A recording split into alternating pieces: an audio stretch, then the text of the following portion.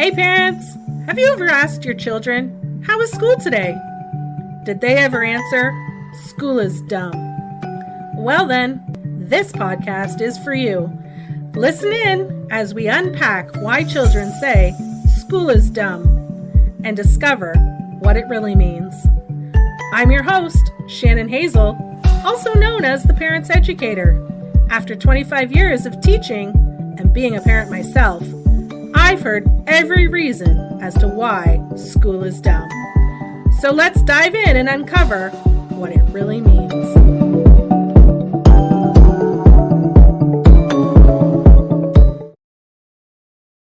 Welcome back to the podcast. I'm super excited for today's topic because I have a very personal connection to it from when my son was in kindergarten. He would come home from school most days and remind me that he hates crisscross applesauce. And at first I was like, okay. But then as it continued, I realized that this was something that was really bothering him. So I took the time to sit down with him and really try to get to the heart of what he was saying. And as it turns out, he felt like he was being asked constantly to sit on the carpet, crisscross, don't move, sit still, for most of his school day. And to a very active 5-year-old, he was just at his limit with this. He did not want to have to sit crisscross applesauce anymore. And he never wanted to hear those words again. So this caused me to reflect both as a mom and as an educator and ask myself, who is this benefiting, this sitting still? And is it absolutely necessary that he sits crisscross applesauce? Is that the goal here at school? So today we're going to dive deeper into this topic and talk about why some kids find it impossible to sit still in a desk or at the carpet all day at school, while other kids find it completely manageable. What's happening in our children's minds and in their bodies that prevent them from sitting still, and how can parents and teachers help? So I'm very excited to introduce to you my guest today, Evie. She's an occupational therapist and she works daily in our elementary school setting. She brings with her a wealth of knowledge and is here today to help us understand more about our vestibular system and its impact on our children at school. She'll also be sharing some great active seating options that can be used at school to help children that need movement do their best learning. Welcome to the podcast, Evie. Thank you so much for having me here today, Shannon. Super excited to see you again.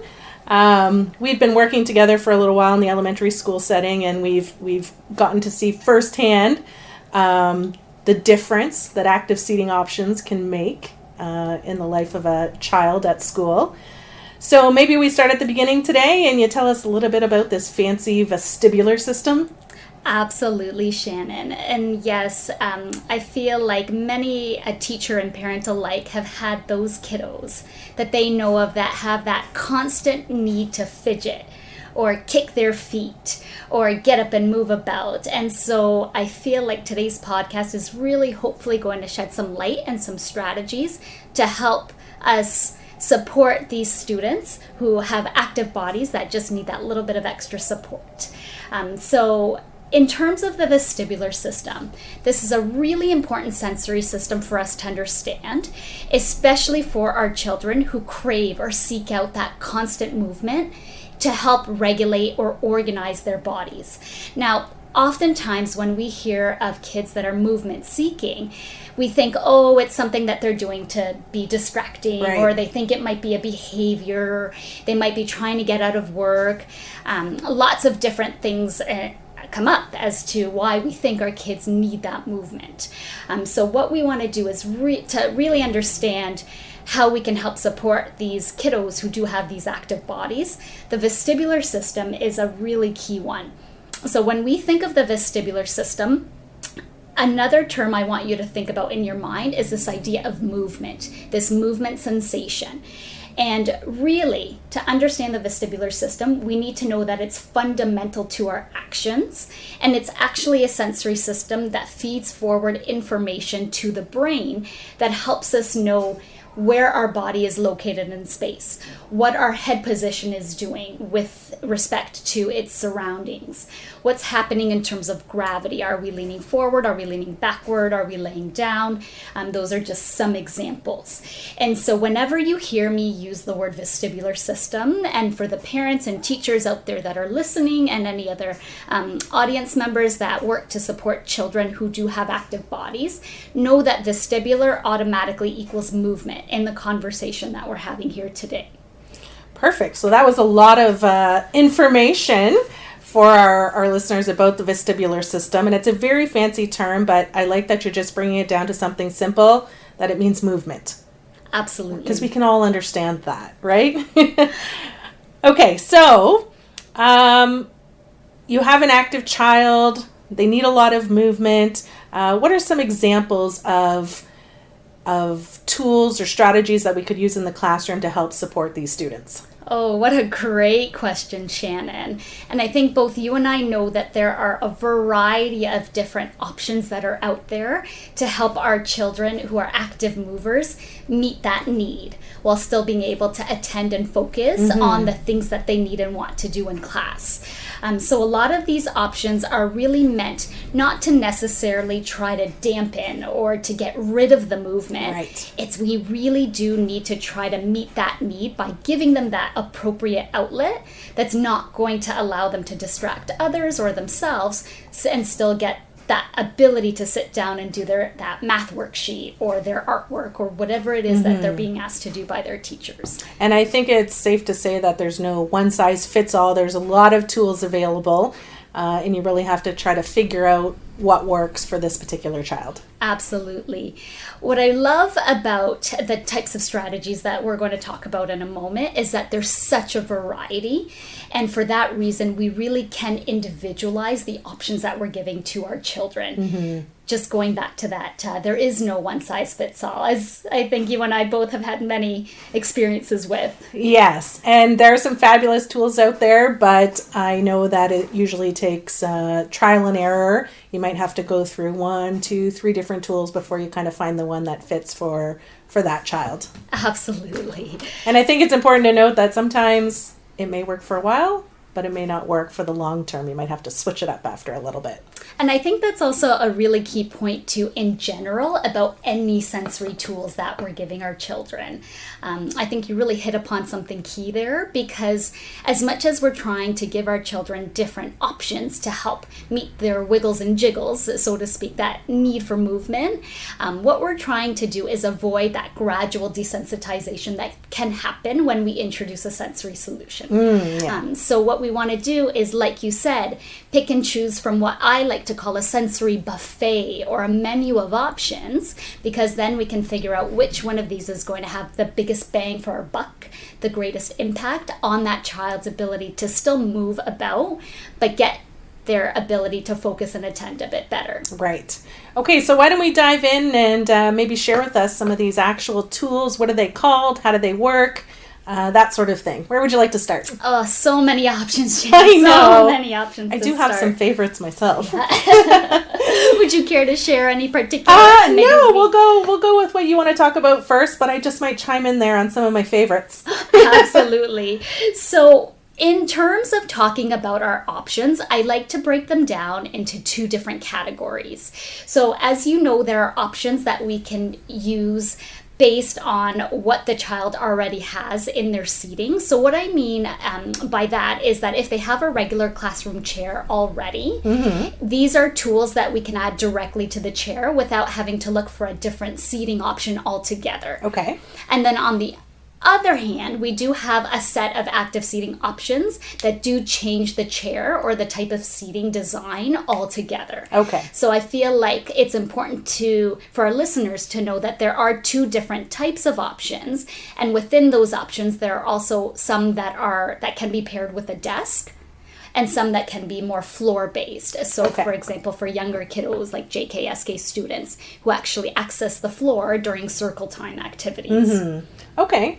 So where should we start? With the ones that go with the classroom chair? Is that a good place to start? I think that would be an excellent place because I feel like these options tend to provide less intensive vestibular input. So remember, listeners, when you hear vestibular, think of that movement sensory input that we're giving to our children's bodies. So the first option I'd like to talk about is something that we call wiggle wobble chair feet. It's a bit of a tongue twister, but it's one of my favorite options to try out as a first line strategy.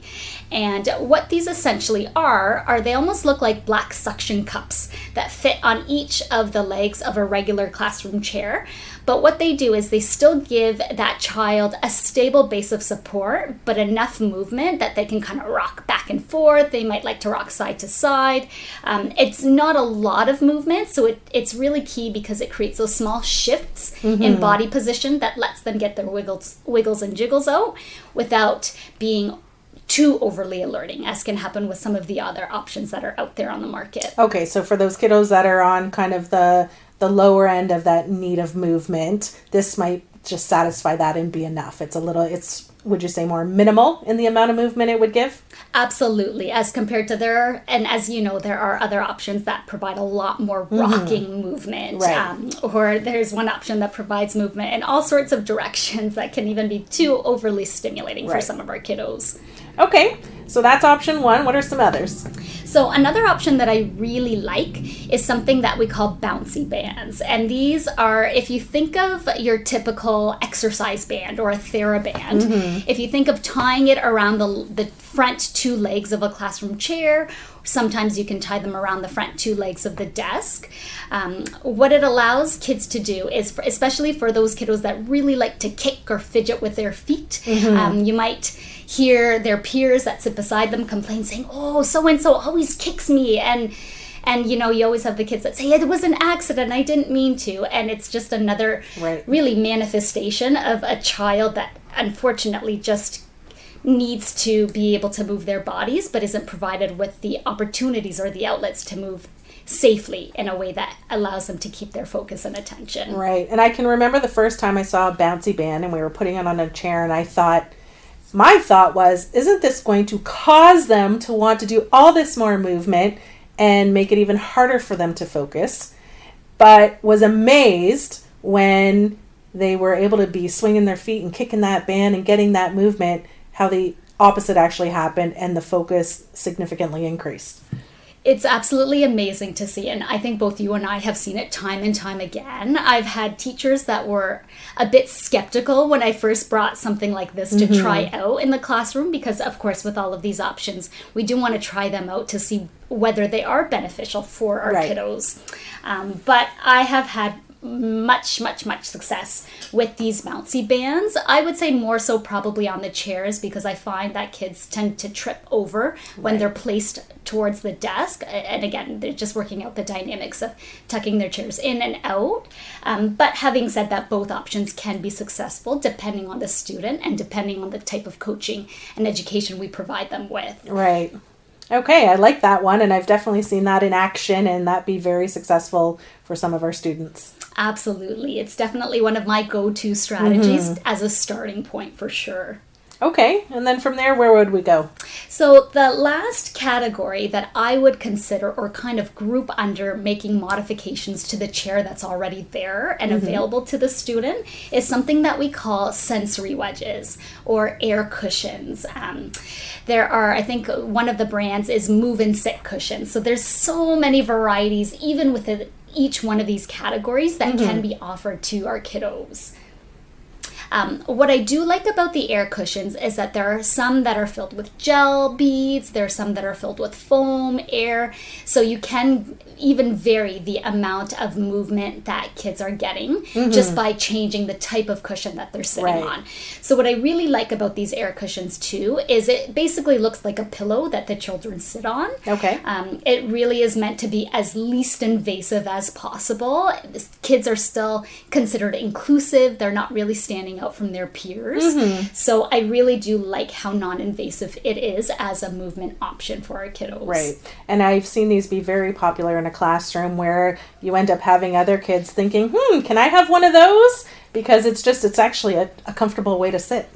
Absolutely. And I'm really glad you brought up that point of that sense of comfort with sitting, because there is an option that actually is more like a wedge as opposed to something like a flat cushion that you would sit on. And what I love about the sensory wedge itself, it has there's a little bit more height towards one end than there is towards the front end of the chair. Yep. And so it creates a little bit of an incline, which actually tilts what we like to call in therapy terms the pelvis. And the reason I say that is because basically at the end of the day, you're helping your kids sit more upright. And engage a bit more of that core strength, so that, for example, if you have a kiddo that constantly likes to slouch or lean their head on their desk, you tend to see those signs of fatigue. Sometimes giving them a little bit of that extra postural support can help them be more alert while still giving them the movement. So it has those dual benefits of helping with postural support in addition to giving them that. Maybe we can all use one of those for better posture. I know I could. I know the longer I sit, the more I start to slouch. So imagine being students in their desks, right? Sitting there for a big part of their day. Absolutely. And that's the other thing too, about just as a general comment on active seating, our bodies are not meant to sit still for that many hours in a day. That's why you constantly hear those recommendations of getting up and moving about every hour or so, looking away from the screen. It's just important for all of us to make sure we're getting our movement, even having that sense of getting your steps in as an example. Right, exactly. Okay, so we're moving over to the other category then, where we're not involving the classroom chair and we're looking for something alternative? Absolutely. So this is where we start to get towards some of those more intensive forms of that movement sensory input. So if you think of that vestibular input, we're really giving a lot of movement back to the brains of our children, and therefore it's activating and alerting our children even more so, meeting that need for movement, hopefully with the intention of supporting that focus and attention during tabletop activities. Because now with these options, we're really starting to look at options that pair nicely with the classroom desk as well. So it's always making sure that both the desk and the chair are working together to support the seating of the child while still giving them that appropriate outlet for movement. Okay, so what would be an example of a tool like this? So the first option that I'd like to talk about is definitely one that I've heard mixed results about, and it's something that we call the hockey or the wobble stool.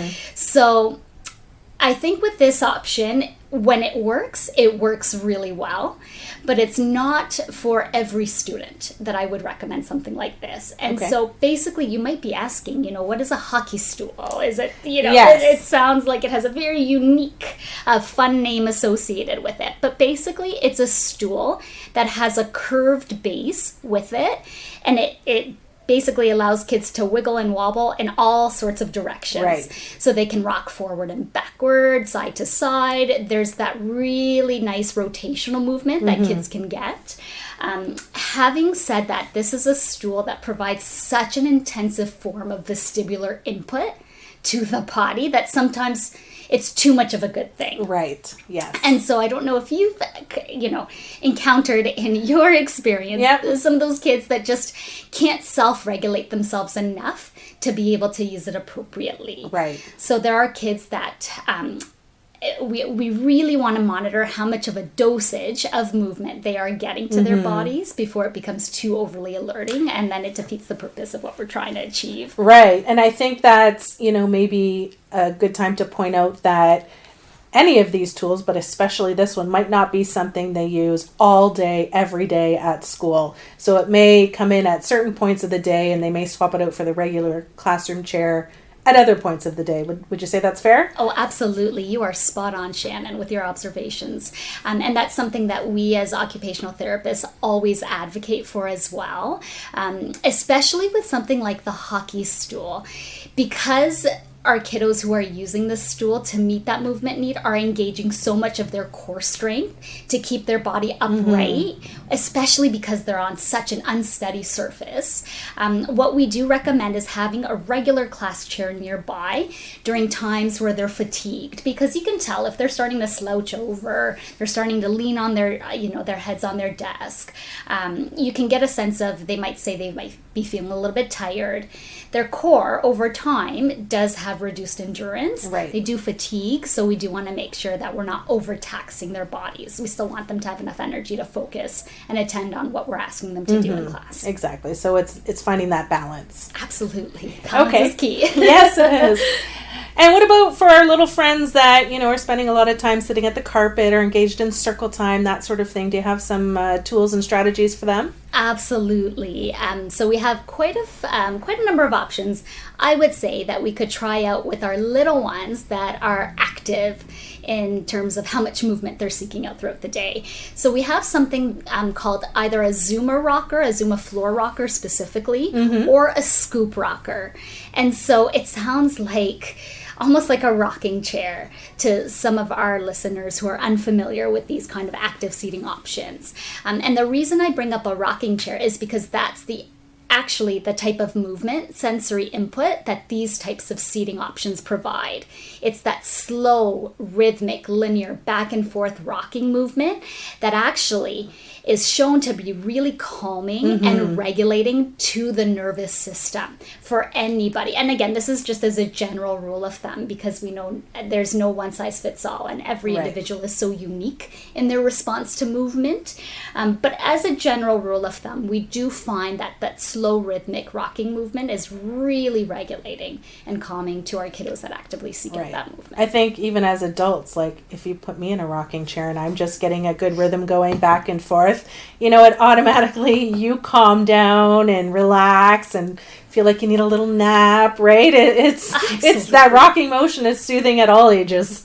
Absolutely. And you think back to, if you have an infant that you rock back and forth in the chair, it's the same kind of calming sensory input that you're giving to your infant as you would be to these children who just need a little bit more of that outlet of movement, but just need to kind of calm their bodies down just enough to focus and attend on what's happening around them. Yeah, because sometimes sitting, at the carpet for an entire circle time, which may be, 10 minutes or 15 minutes, is a long time if you're 4. Absolutely, absolutely. Especially if it's their first time entering into a JKSK classroom. They're not really familiar with the classroom routines. It's just a really nice tool that we can have for all of our kiddos at sort of that universal design level of learning. Right. Okay, nice.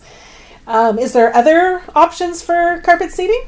So there is one that is, I believe, lesser known. Okay. It's something called a how to hug chair. And if you think of something that almost looks like a lawn chair that can sit on the floor, but for kids. Right. And so what it does is it provides a little bit of a compression, a little bit of a hugging sensation, but still allows that linear backward-forward rocking motion for students who need both that deep pressure, calming sensory input, paired with that really calming rhythmic back and forth movement sensory input. Okay, nice. So like any tools, we can try out these tools and these stools and these bands and the rockers and all of that. But the important thing is that they're working for that child. So how do we know if something's working for a child? What a great question, and what an important one to consider when we are doing our bit of detective work and trying to figure out which of these options is going to be helpful for our kiddos. I think with anything that we're introducing, especially for children, we do want to be aware of that novelty effect. So sometimes we introduce something, it might work for a day or so because it's something new to the child. I do think that a part of the effectiveness of the active seating options is to make sure that we as occupational therapists, as teachers, as parents, as the adults in our children's lives are giving them the education for how to use these tools appropriately. So part of it too is having that conversation with the child themselves, if they're old enough and if they can understand, to let them know that this is a tool for their bodies. It's not meant to be a game or a toy.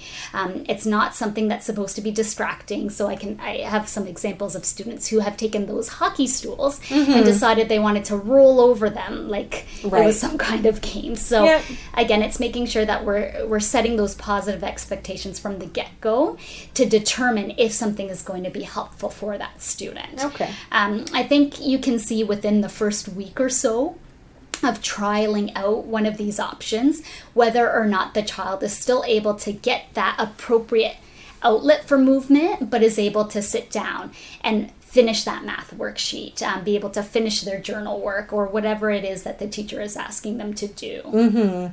And I would imagine that as kids, move through grade to grade through their school years, that they're not going to stick with the same tool the whole time. So this may change and morph into a different tool, or do you ever even see where maybe the tools are no longer required? They've learned, or their bodies decrease in that need for movement, or is this something that's consistent throughout life?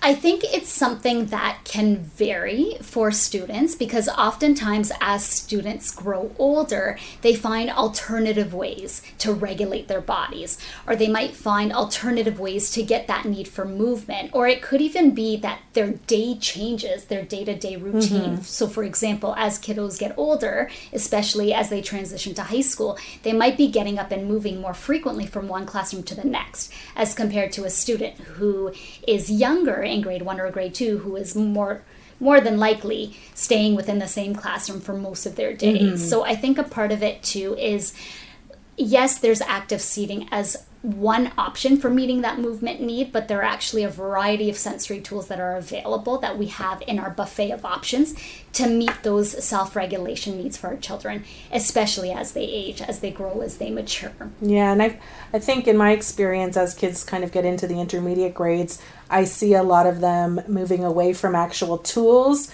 and more into, I need a walking break, or I need some sort of movement. And they're the kids who are asking to, go for a 5-minute walk around the school or something of that nature. Is that another way to get the movement they need, by just walking sometimes? Absolutely. And so a lot of what we do as occupational therapists is we do this problem solving together with our teachers, together with the parents, together with the students, if they are able to participate in this conversation, because a lot of it is us building advocacy and self-awareness for our students. We can always give our children these tools, but unless our children understand how, why, when to use these tools appropriately, they're not going to have the effect that we're intending them to have. I love what you said about the movement breaks, because sometimes even just taking a 5-minute walk for some students is all they need. Right. Whereas they may be able to sit and attend for maybe half an hour, and it's just that quick little 5-minute break that their body needs just to recalibrate and regain their bearings again. Because I do think that stamina is built up as kids age and go through school, so they're able to extend that period of sitting for a little bit longer, but then you just see them get to that point where, okay, now I need some movement before I can go back and focus. Absolutely. And I think too, the other consideration that we always like to talk about as students get older is inclusivity. Do I look different from my peers? Right. Am I going to stand out?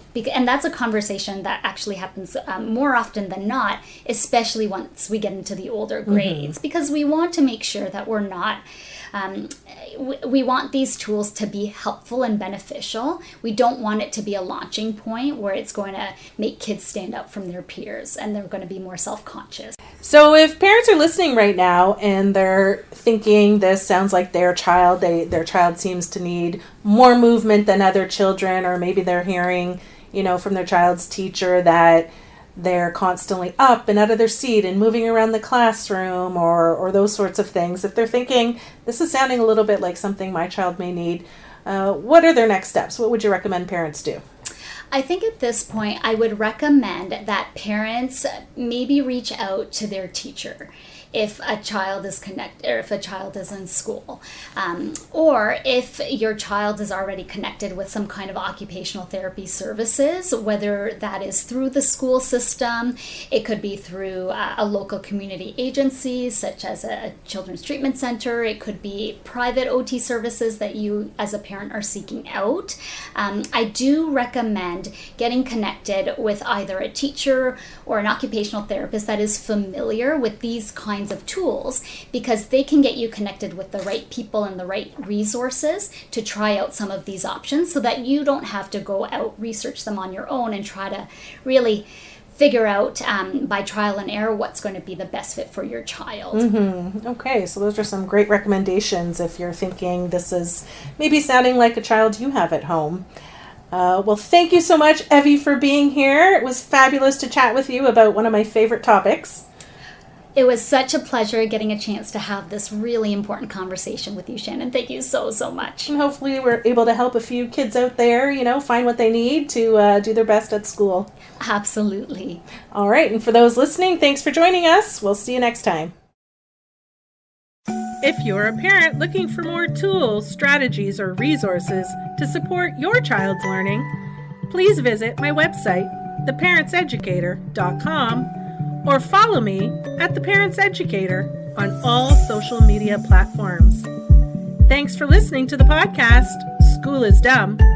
More episodes can be found on your favorite streaming platform. Thanks for tuning in. Till next time.